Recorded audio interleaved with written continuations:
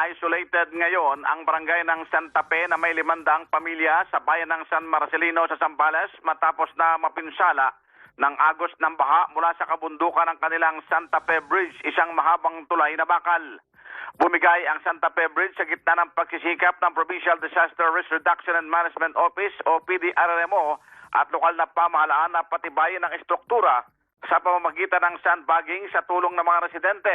Ngunit umapaw din ng ang nasabing tulay dahil sa malakas na agos ng baha at bumigay ang tulay na bakal. Ayon sa Zambales Provincial Police Office, nakatutok buong magdamag ang malaking puwersa ng pulisya sa lugar para sa seguridad ng mga residente at patuloy na relief operation sa panguna ng provincial government.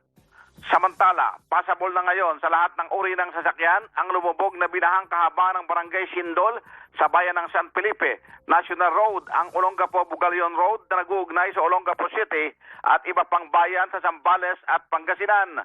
Naglatag naman ng preemptive evacuation ng Botolan LGU sa 4 na barangay, San Juan kasama ang Purok Consuelo, Barangay Podpod, Carael at Boton Lapok sa mga residenteng malapit sa Bukaw River kaugnay ng inilalatag na emergency repair ng nasirang dike na winasak ng agos baha sa Botolan. At yan ang balitang kumpirmado sigurado. Ito ang Radyo Patrol, Rod Ison, DZMM. Thank you, Manong Rod Ison. Thank you, Radyo Patrol. Basta't may nangyari, nakareport agad sa DZMM. Radyo Patrol sa East Trend.